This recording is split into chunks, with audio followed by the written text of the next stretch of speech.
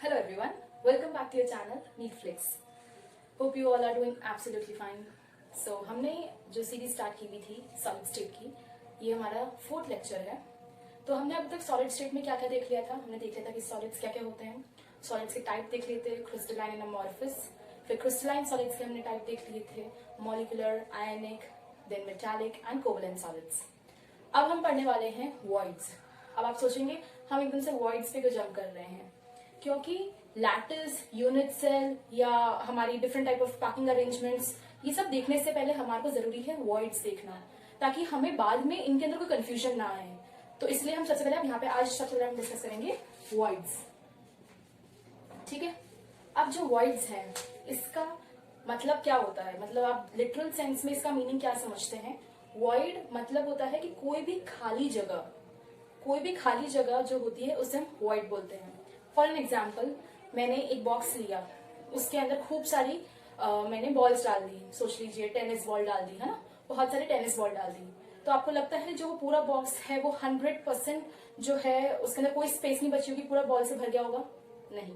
जो बॉल्स हैं जब वो एक दूसरे को जैसे भी अरेंज करती हैं खुद में, तो क्योंकि वो स्फेरिकल है तो बीच में कहीं ना कहीं खाली जगह रह जाती है, जिसे हम वॉइड बोलते हैं. ठीक है. तो हम इसको डिस्कस करते हैं. जो वॉइड है, मैं वॉइड्स को 2 टाइप्स में डिवाइड करती हूँ, या फिर मैं बोलूँ उन्हें 2 तरीके से देखती हूँ. मैं एक देखती हूँ मैं 2D वॉइड्स और एक होता है 3D वॉइड्स. अब हमारे को पता है हमारे जो क्रिस्टल्स हैं, है ना, वो क्या है, हमें पता है वो सॉलिड क्रिस्टल है, उसके अंदर जो एटम्स होंगे वो भी स्फेरिकल शेप में होंगे. तो मतलब हम जो हमारे जो सॉलिड्स की बात करने वाले हैं उनमें हमेशा 3D वॉइड्स ही प्रेजेंट होंगे, 2D वॉइड्स कहीं भी प्रेजेंट नहीं होंगे. ठीक है. तो पर हमें 3D वॉइड्स पढ़ने के लिए 2D वॉइड्स पढ़ने की बहुत ज्यादा जरूरत है. हम स्टेप बाय स्टेप चल रहे हैं, इसीलिए हमें फर्स्ट स्टेप जो है वो 2D वॉइड्स को समझना जरूरी है, फिर हम 3D वॉइड पे जंप करेंगे. ठीक है. अब 2D वॉइड के अंदर उसको पढ़ने से पहले यहाँ पे जब भी मैं 2D की बात कर रही हूँ तो मैं एटम को क्या मान के चलूंगी. सोचिए एक एटम है, तो 2D के अंदर मैं इस एटम को क्या मान के चलूंगी, एक सर्कल मान के चलूंगी, क्योंकि 2D के अंदर क्या होता है, 2 ही डायमेंशन होते हैं, लेंथ एंड ब्रेथ. ठीक है. 2D मतलब एक प्लेनर चीज है, जैसे कि ये बोर्ड है. ठीक है. ये बोर्ड है, ये प्लेन है, लाइक एक प्लेनर चीज है, इसकी सिर्फ लेंथ है और ब्रेथ है. ठीक है. इसलिए मैं जो 2D के अंदर जो मैं देखूंगी, मैं अपने एटम्स को सर्कल मान के चलूंगी. 2D के अंदर मैं एटम्स को सर्कल मान के चलती हूँ, वही 3D के अंदर मैं एटम्स को स्फीयर मान के चलूंगी. ठीक है. जब भी, क्योंकि अब ये बोर्ड है, यहाँ पे सिर्फ मैं 2D रिप्रेजेंटेशन ही कर सकती हूँ, तो आपको यहाँ पे वर्ड्स पे ध्यान देना पड़ेगा. मैं क्या बोल रही हूँ, मैं कब बोल रही हूँ कि मैं 2D वर्ड्स की बात कर रही हूँ, या मैं कब बोल रही हूँ कि मैं 3D की बात कर रही हूँ. तो आपको उस टाइम बिल्कुल ध्यान से सुनना होगा और इमेजिन करना पड़ेगा. जब मैंने 2D बोला तो आपके दिमाग में सर्कल आ जाना चाहिए, जब मैंने 3D बोला आपके दिमाग के अंदर स्फीयर आ जाना चाहिए, एटम. ठीक है. अब जो एरिया है, या फिर मैं ऐसे बोल सकती हूँ कि 2D के अंदर ये जो एटम है इसने कितना स्पेस ऑक्यूपाई कर रखा होगा. ऑब्वियसली 2D के अंदर स्पेस ऑक्यूपाई करके तो मैं क्या बोलूंगी, इसका एरिया देखूंगी मैं. तो एरिया ऑफ सर्कल क्या होता है, पाई आर स्क्वायर. और जब मैं स्फीयर की बात करूंगी तो कितना स्पेस ऑक्यूपाई कर रखा है स्फीयर ने, तो मैं उसकी वॉल्यूम की बात करूंगी. तो वॉल्यूम ऑफ स्फीयर क्या होता है, 4/3 पाई आर क्यूब. ठीक है. अब आपके एग्जामिनर्स भी होंगे ना, तो जब कभी वो कोई वॉइड की बात कर रहे होंगे, तो जब 2D वॉइड आएगा ना तब तो वो स्पेसिफाई करेंगे कि ये 2D वॉइड है. पर अगर कभी लिखा हुआ नहीं आया कि XYZ वॉइड की बात हो रही है, तो समझ जाना वो हमेशा 3D वॉइड की ही बात कर रहे होंगे. ठीक है. क्योंकि 2D हम जनरली बात नहीं करते, तो उसको स्पेसिफाई करना जरूरी है, पर 3D को स्पेसिफाई ना भी करे तो it is self explanatory. Okay. अब हम बात करते हैं 2D के अंदर. अब जो 2D होता है, 2D के अंदर अब वॉइड्स बन कैसे रहे हैं. मैंने सोचिए ये एटम है, ये 3 एटम है, उनको मैंने ऐसे अरेंज किया. ठीक है ना. इन 3 एटम्स को मैंने ऐसे अरेंज किया. तो आप देख रहे हैं ये बीच में जगह जो बची हुई है, ये बीच में जगह बची हुई है, एटम्स को अरेंज किया और बीच में जो जगह बची है, इसी को मैं क्या बोलती हूँ, वॉइड. इसी को मैं क्या बोलती हूँ, वॉइड. अब मैं वॉइड का नाम कैसे दूंगी, वॉइड का नॉमेनक्लेचर कैसे करेंगे हम.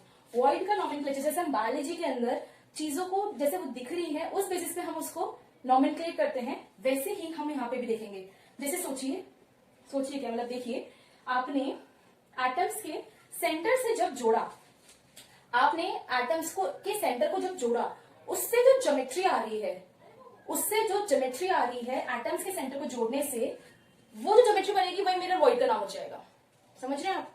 एटम्स को जोड़ो या फिर वॉइड के सेंटर से एटम के सेंटर तक जाओ, तो जो ज्योमेट्री मुझे मिलेगी वो मेरा वॉइड का नाम हो जाएगा। तो यहाँ क्या ज्योमेट्री बन रही है? ट्रायंगुलर ज्योमेट्री बन रही है यहाँ पे। तो इस वॉइड का नाम क्या हो गया?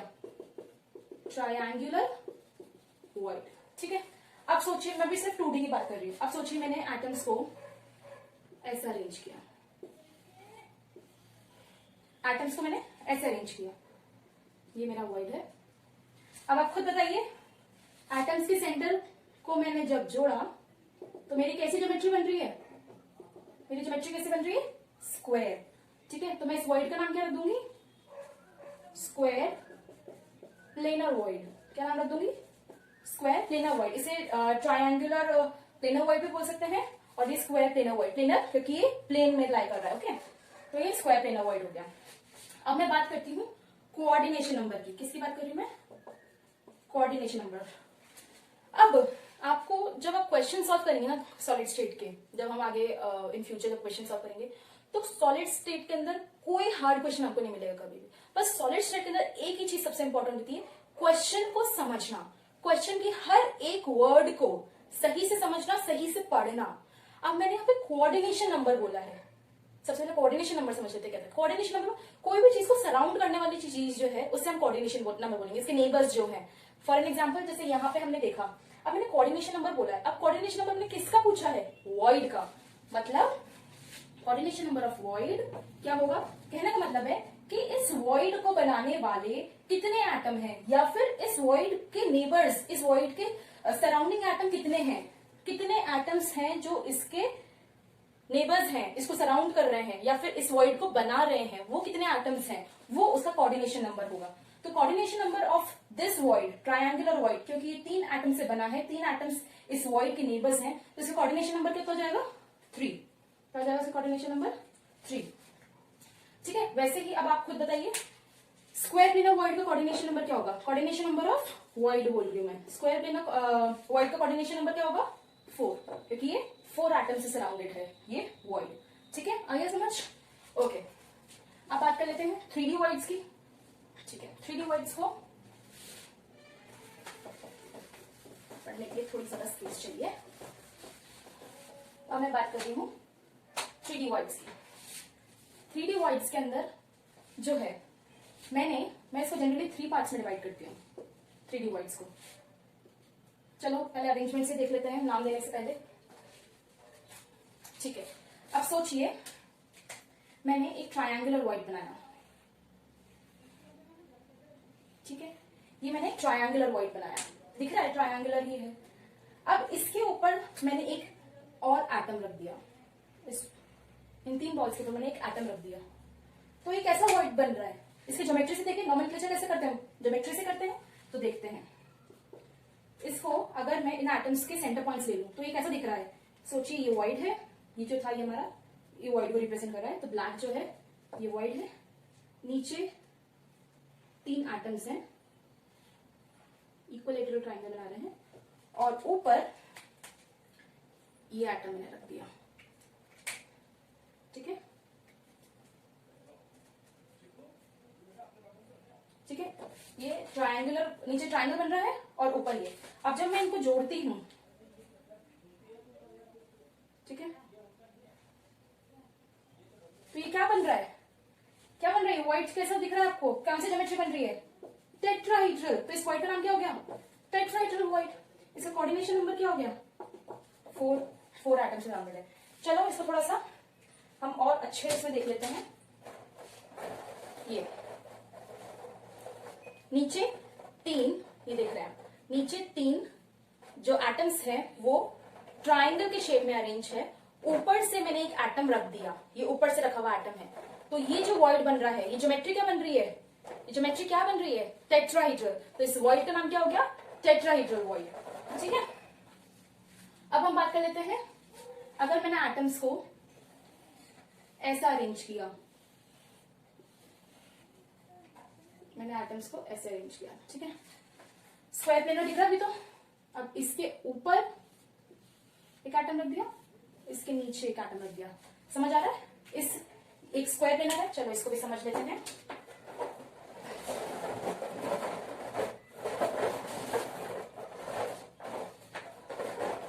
ये है, ठीक है। ये मेरे स्क्वायर प्लेनर दिख रहा है आपको, ये 1 2 3 एंड 4, ये मेरा स्क्वायर प्लेनर वॉइड जैसे बना रहा था। अब मैंने उसके ऊपर एक एटम रख दिया और एक नीचे एटम रख दिया, तो ये जो बीच में वॉइड बन रहा है वो कैसे बन रहा है, क्या दिख रहा है हमें, कैसे ज्योमेट्री बना रहा है। जब मैंने इसको स्मॉल उसमें करके देखा तो ये जो वॉइड है, सोचिए ये वॉइड है और एक एटम यहाँ है, एक एटम यहाँ है, एक एटम ग्रीन एटम्स यहाँ है और जो हमारे रेड वाले एटम्स है वो इनके ऊपर। तो ये कैसे ज्योमेट्री दिख रही है आपको अगर आप इनको जोड़ते हैं तो, कैसे ज्योमेट्री दिख रही है, ऑक्टाहेड्रल। कैसे दिख रही है, ऑक्टाहेड्रल। तो वॉइड का नाम क्या हो गया, ऑक्टाहेड्रल वॉइड। अब आप देखेंगे, अब एनसीईआरटी के अंदर इस ऑक्टाहेड्रल वॉइड को ना कुछ ऐसा भी बना रखा है, कुछ ऐसा भी शो कर रखा है, मतलब कि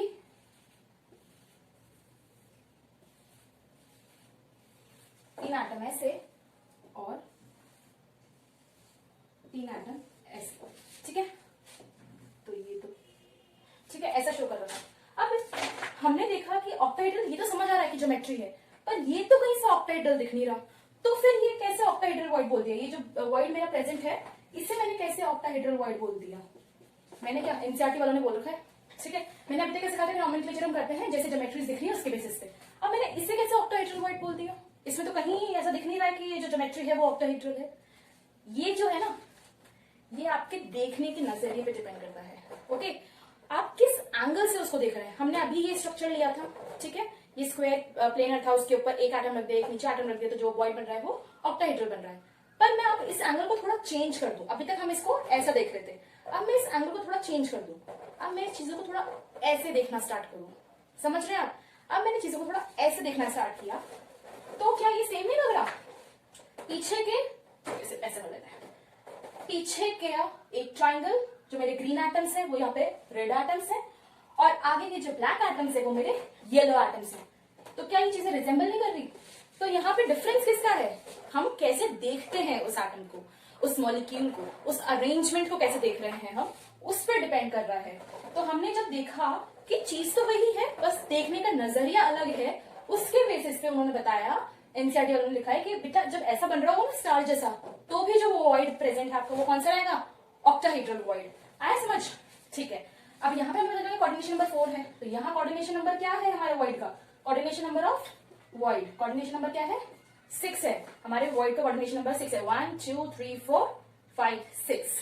यहाँ पे भी दिख रहा है 6 आइटम्स, इस वॉइड को 6 आइटम्स से काउंट करें, 1 2 3 1 2 3, ठीक है। तो हमारी इनकी बात हो गई वॉइड्स की। अभी तक हमने 3D के अंदर 2 टाइप के वॉइड पढ़ लिए। अब जो हमारा थर्ड टाइप का वॉइड आता है, टेट्राहेड्रल देख लिया, ऑक्टाहेड्रल देख लिया, अब जाता है वो आता है क्यूबिकल वॉइड। ये क्या है, मैंने 3 एटम वही स्क्वायर प्लेनरली अरेंज किए, अब इनके ऊपर जस्ट इन्हीं एटम्स के ऊपर मैंने और एटम्स रख दिए, जस्ट एज इट इज, ठीक है। मैंने 4 स्फीयर, 4 बास्केटबॉल नीचे रखी, जस्ट उसी के ऊपर 4 बास्केटबॉल रख दी, तो वो कैसा वॉइड मिलेगा देखते हैं। मैंने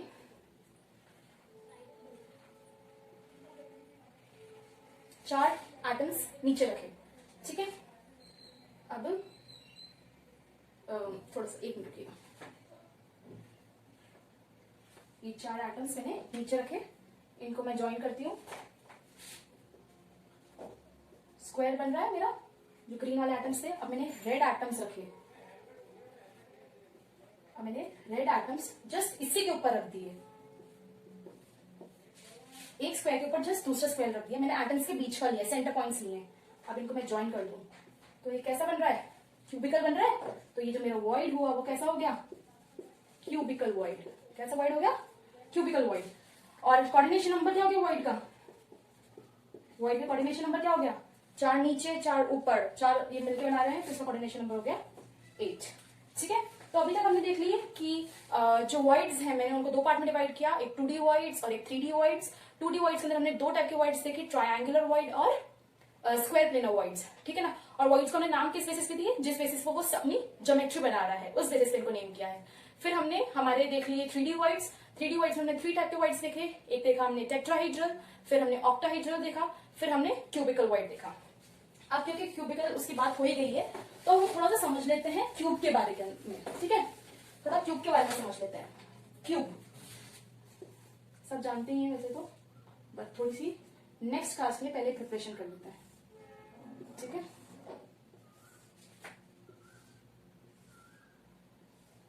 क्यूब है ये, ठीक है, क्यूब। अब मैं यहां क्यूब लेकर भी आई हूं। ये एक क्यूब आपको दिख रहा होगा, ठीक है। If you all can see this is a cube. अब मैं जनरल चीजें आप लोगों से पूछना चाहती हूं कि क्यूब के अंदर क्या क्या प्रेजेंट है। सबसे पहले क्यूब के अंदर कितने कॉर्नर्स या फिर वर्टिसेस प्रेजेंट है। कॉर्नर्स किसे बोलते हैं, ये इन्हें कॉर्नर्स बोलते हैं। तो क्यूब के अंदर कितने कॉर्नर्स प्रेजेंट है, कितने वर्टिसेस प्रेजेंट है। 1 2 3 4 5 6 7 8।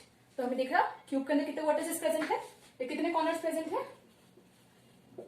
4, सॉरी 8। कितने प्रेजेंट है, 8 कॉर्नर्स, ठीक है। अब बात करते हैं फेजेस की, है ना। या पहले हम एज की बात कर लेते हैं। एज क्या होते हैं, कोई भी दो एडजेसेंट, ठीक है, कोई भी दो एडजेसेंट मतलब एक के नेबर वाला, मतलब एक के पास दूसरा वाला जो है, जैसे ये है। एक बताता हूँ, ये जो मैं रिप्रेजेंट कर रही हूँ ना, ये सब सिंपल सेंटर पॉइंट्स, अभी सिर्फ क्यूब पर डिस्कस कर रहे हैं और अभी हम उसमें नहीं जा रहे हैं कि क्या अरेंजमेंट है, नहीं, सिर्फ क्यूब है, ठीक है ना। तो क्यूब के अंदर दो एडजेसेंट कॉर्नर्स को जोड़ने वाली चीज को हम बोलते हैं एज। इसे क्या बोलते हैं, कॉर्नर। और दो एडजेसेंट कॉर्नर्स को जोड़ने वाले को हम बोलते हैं एज। तो क्यूब में ऐसे कितनी एजेस प्रेजेंट है, 1 2 3 4 5 6 7 8 9 10 11 12, ठीक है। तो एजेस कितनी है, कितनी, 12 एजेस। अब हम बात करते हैं फेजेस की। फेज की, ये जो एक स्क्वायर बन रहा है ना, अगर हम क्यूब में से एक स्क्वायर ऐसे निकाल दे तो क्यूब कितने स्क्वायर से मिलकर बना है, उससे हम फेज बोलते हैं। तो एक जो 2D स्ट्रक्चर है क्यूब के अंदर, उसे हम फेज बोलते हैं। तो कितने स्क्वायर से मिलकर क्यूब बना है, तो उन्हें हम पहले तो जो वो स्क्वायर है उनको फेजेस बोल रहे हैं हम यहाँ पे क्यूब के अंदर। और कितने फेजेस दिख रहे हैं हमें, फ्रंट, आप इसको मान ये देख लीजिए, ये एक फेस, इसके जस्ट पीछे वाला face, top face, bottom face, ये साइड वाला फेस और जस्ट इसके ऑपोजिट जो फेस है। तो टोटल कितने फेसेस हो गए, 6 फेसेस, ठीक है, 6 फेसेस हो गए। अब बात करते हैं हम डायगोनल की। अब मैंने आपको एक क्वेश्चन पूछ लिया, कितनी डायगोनल्स होती है क्यूब में, सब आप निकालने लग जाएंगे अभी, जब तक कि स्पेसिफाई आपको कर रहा ही नहीं है कि मैंने डायगोनल कौन सी पूछ रही हूँ। क्यूब के अंदर 2 टाइप की डायगोनल्स होती हैं। क्यूब के अंदर 2 टाइप की डायगोनल होती हैं, एक होती है फेस और एक होती है बॉडी डायगोनल। फेस डायगोनल क्या होता है, सबसे पहले समझना ये जरूरी है। डायगोनल क्या होता है, कोई भी दो ऑल्टरनेट कॉर्नर्स को जोड़ने वाली लाइन को हम डायगोनल बोलते हैं। कोई भी दो ऑल्टरनेट कॉर्नर्स, मैंने क्या बोला, ये कॉर्नर है, ऑल्टरनेट मतलब एक को छोड़ के एक, ये है, इसको छोड़ा, ये फिर दूसरा। तो कोई भी दो ऑल्टरनेट कॉर्नर्स को जोड़ने वाली लाइन को हम बोलते हैं डायगोनल, ठीक है। तो हमारे पास ऐसे ये भी तो है, ये एटम है, यहाँ मतलब एक कॉर्नर ये है, फिर दूसरा कॉर्नर छोड़ा, फिर थर्ड कॉर्नर पे। तो एक फेज के अंदर ऐसी डायगोनल कितनी हो रही है, कितनी डायगोनल्स हो रही है एक फेज के अंदर, 2 डायगोनल हो रही है। सदा निकाल पाओ तो बता दीजिएगा, ठीक है। एक फेज के अंदर 2 डायगोनल हो रही है। तो मेरे पास फेजेस कितने हैं, एक फेज के अंदर मेरे पास 2 डायगोनल है, तो मेरे पास कितनी फेज है, 6। तो मेरे पास कितनी हो गई ऑल टोटल फेज डायगोनल कितनी हो गई, 12, ठीक है ना। और टोटल फेज डायगोनल कितनी हो गई, 12। अब बॉडी डायगोनल क्या चीज है यार, बॉडी डायगोनल देख लेते हैं क्या है ये। बॉडी डायगोनल जो है ना, वो है ऑपोजिट कॉर्नर्स को जोड़ने वाली जो लाइन हम बोलेंगे, पर वो बॉडी के सेंटर से पास हो रही हो। बॉडी का सेंटर मतलब ये क्यूब का जो सेंटर है उससे पास होती हुई ऑपोजिट कॉर्नर्स को जोड़ने वाली लाइन को हम बोलते हैं बॉडी डायगोनल। इसको अच्छे से समझ लेते हैं। ये क्यूब है, मैंने ठीक है बनाया था, ये क्यूब है। अब आपको समझाने के लिए बता रही बॉडी डायगोनल। ये मैंने एक कॉर्नर ये था, दूसरा कॉर्नर ये है, ठीक है, आपको दिख रहा हो तो एक कॉर्नर ये है और दूसरा कॉर्नर ये है, ठीक है। अब इसको थोड़ा अच्छे व्यू में देखने के लिए आपको समझा देती हूँ। ये मैंने क्यूब का एक फेस हटा दिया, खोल दिया। तो ये बीच में जो है इसे हम बोलते हैं बॉडी सेंटर, इसे हम बोलते हैं क्यूब का जो बिल्कुल सेंटर पॉइंट है उसे हम बोलते हैं बॉडी सेंटर। ठीक है, तो उससे पास होती हुई ऑपोजिट कॉर्नर्स के थ्रू जो पास होती हुई डायगोनल है उससे मैं क्या बोल रही हूँ, बॉडी डायगोनल। तो ऐसे ही मैं कितनी डायगोनल्स पास करा सकती हूँ, ऐसे ही मैं कितनी डायगोनल पास करा सकती हूँ। सोचिए, मैंने यहां से पास कराई और यहां पे निकली 1, यहां से पास कराई यहां निकलेगी 2, फिर बैक साइड से यहां से पास कराई और नीचे से यहां से निकलेगी फ्रंट से 3, और वैसे यहां से पास कराई और इसके इस तरफ से निकलेगी तो 4। तो ऑल टोटल मैं यहां देखूं तो यहां थोड़ा कॉम्प्लिकेटेड हो जाएगा समझना।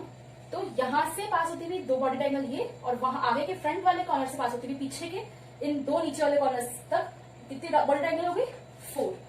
मेरे पास बॉडी डायगोनल कितनी है, 4 बॉडी डायगोनल्स है।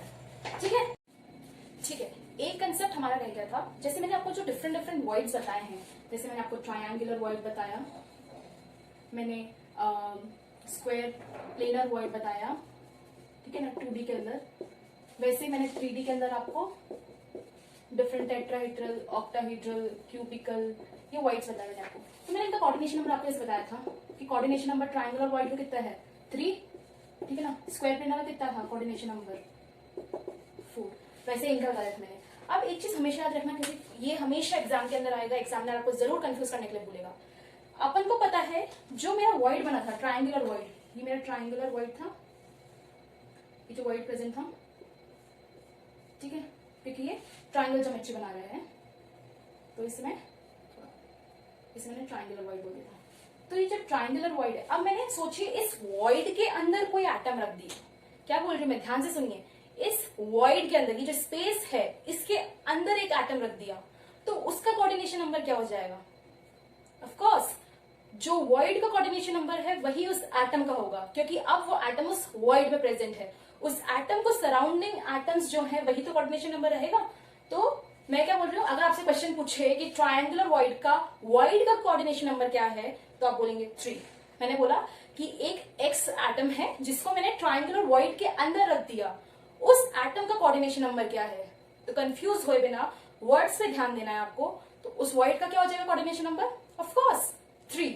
ठीक है, ऐसे मैंने बोल दिया NaCl का क्रिस्टल है, जो Na है वो ऑक्टाहेड्रल वॉइड में प्रेजेंट है, तो Na का कोऑर्डिनेशन नंबर क्या होगा, ऑफ कोर्स ऑक्टाहेड्रल वॉइड के अंदर प्रेजेंट है तो कोऑर्डिनेशन नंबर Na का भी क्या होगा 6, क्योंकि हमारा ऑक्टाहेड्रल वॉइड का कोऑर्डिनेशन नंबर क्या था 6।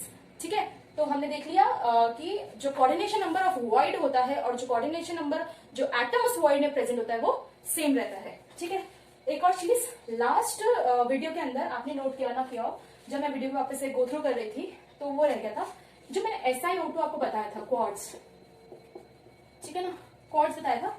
थोड़ी सी गलती हो गई थी मेरे से डायग्राम के अंदर, तो एक बार प्लीज आप उसको वापस से चेक कर लीजिएगा।